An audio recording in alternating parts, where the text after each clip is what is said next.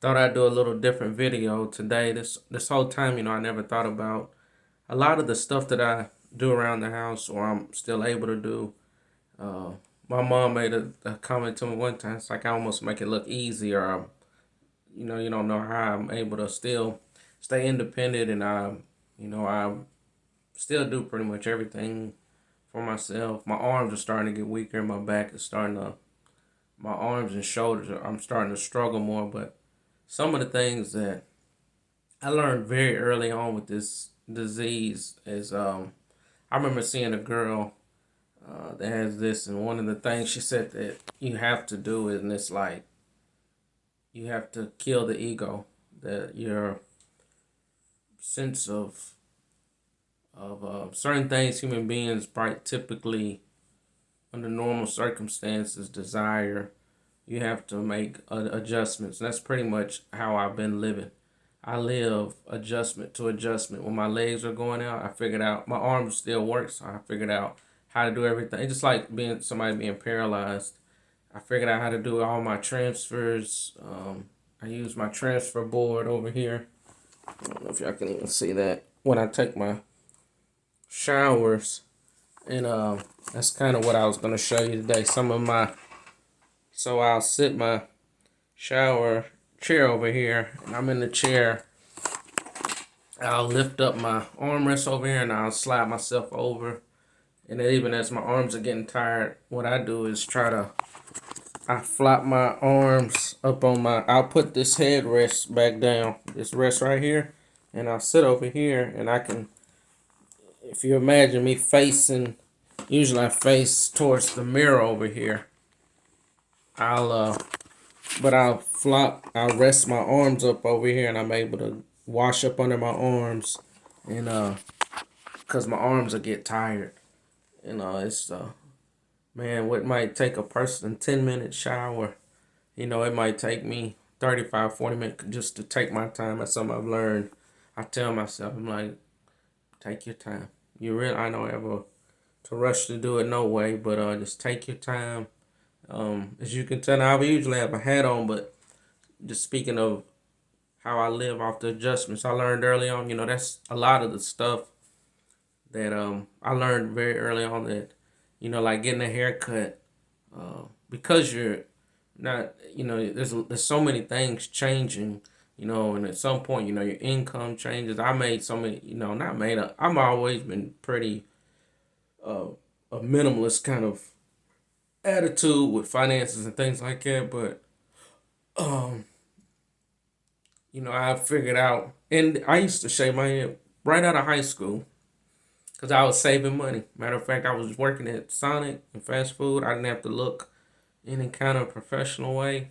I was like, shoot, I'm gonna shave my head, save me some money, and it's a penny by penny with me. So what I did when all this stuff was happening, I can't drive anymore.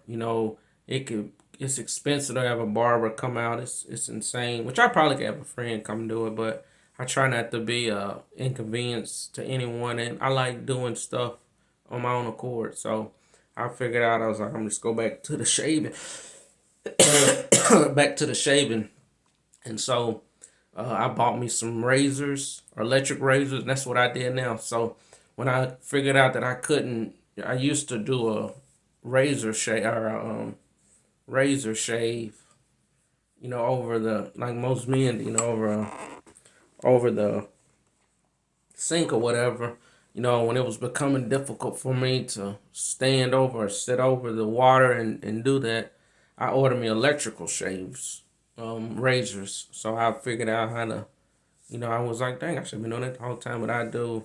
And at this point, I don't have to look too professional. I try to keep things very simple and to a bare minimum with my lifestyle. And thank goodness I've already was pretty simple, a simple kind of guy, that I didn't, things I've had to let go, I've learned. I think it was a little easier for me to just say I can't do anymore and accept it, and just pivot, learn how to just concentrate on things that I can't do, or I mean, concentrate on things I can do, and not try to be an inconvenience in the house, because it's a busy household, and it's just Brittany. She's predominantly watching the kids, and I don't want to be another burden, another situation. And that's another thing, I keep encouraging y'all, when that time comes. I hope y'all will be able to gain a little more perspective. Because a lot of stuff y'all just, it's probably pretty much been in the dark.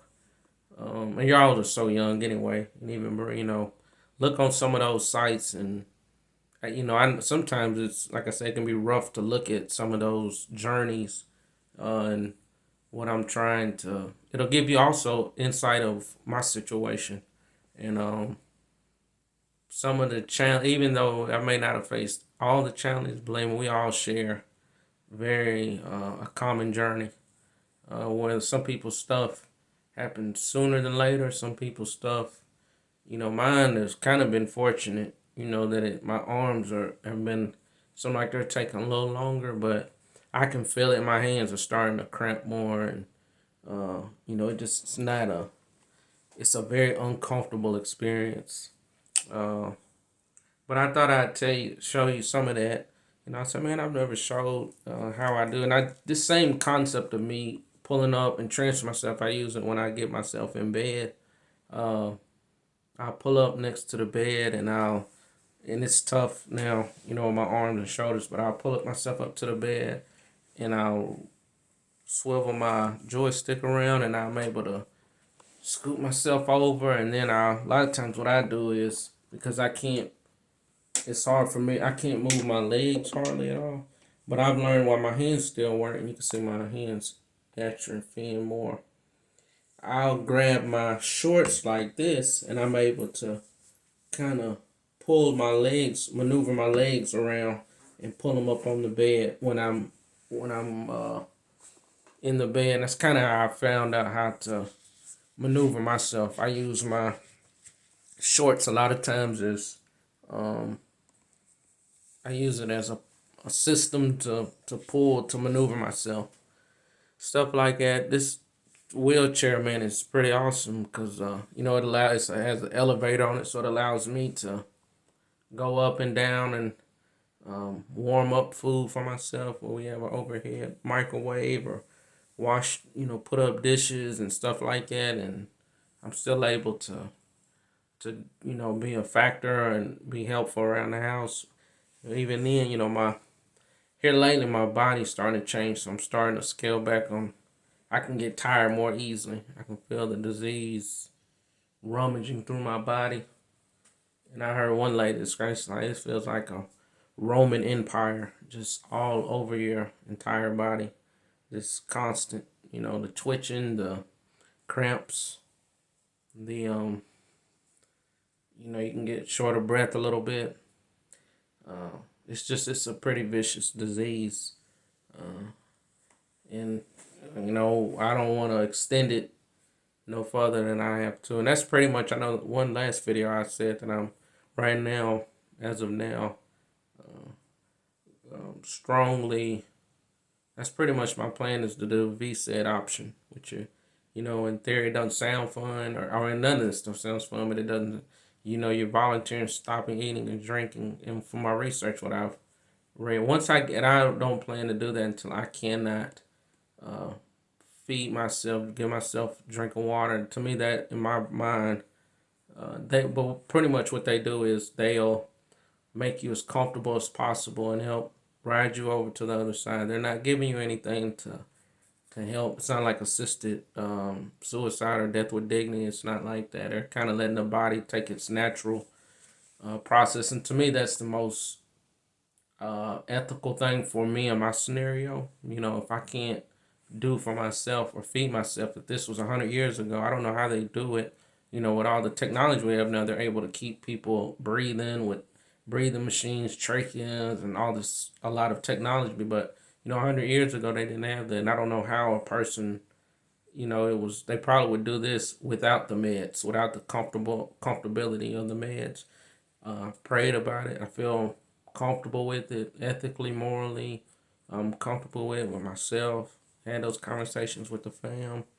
Um, I know it's not a ideal situation, but I think it's the best option.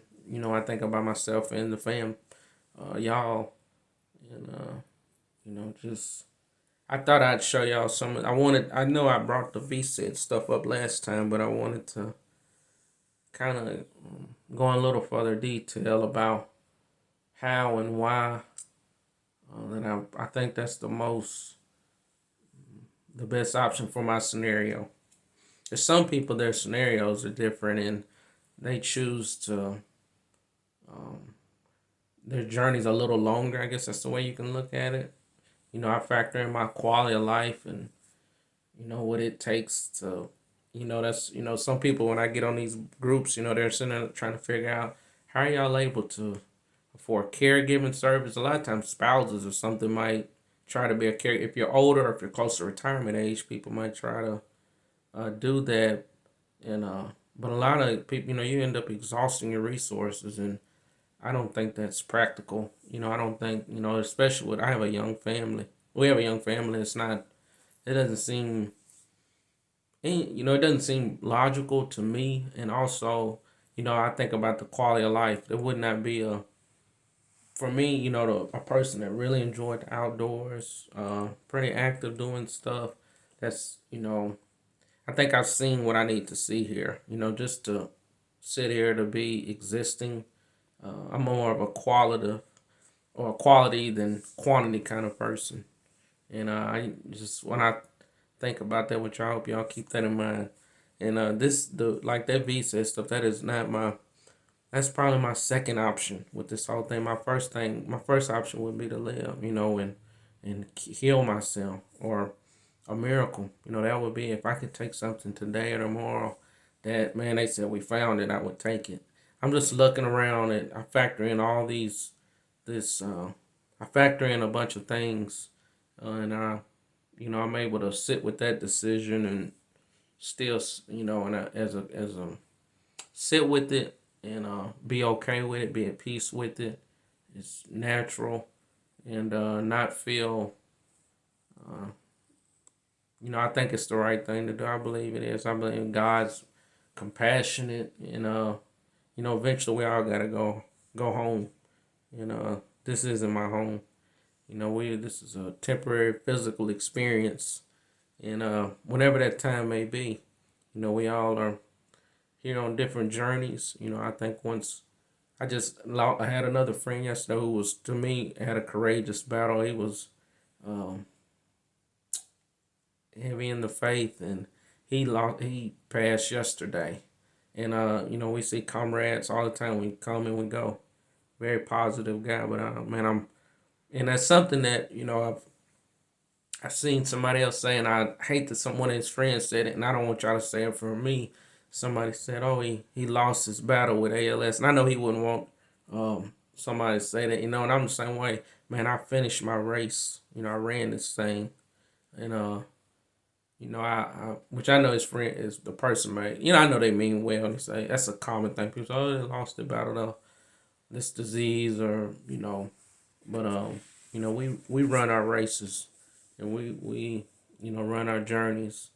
I think he did it with his head held high, and it was I've seen people lay the blueprint, and none of us are alone in any kind of journey that you go through. Y'all have y'all's different journeys, and it's good to be around like minded or people that may have some experience with some of the things you've experienced for just insight, support, and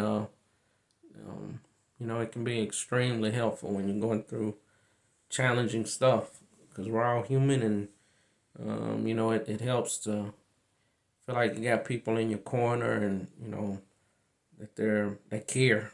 So uh, I thought I'd show you that. I might show some other little adjustments. Like I said, shave. I've been shaved and shave this, and I'm about to shower up, and I just thought I'd chime in, signing off.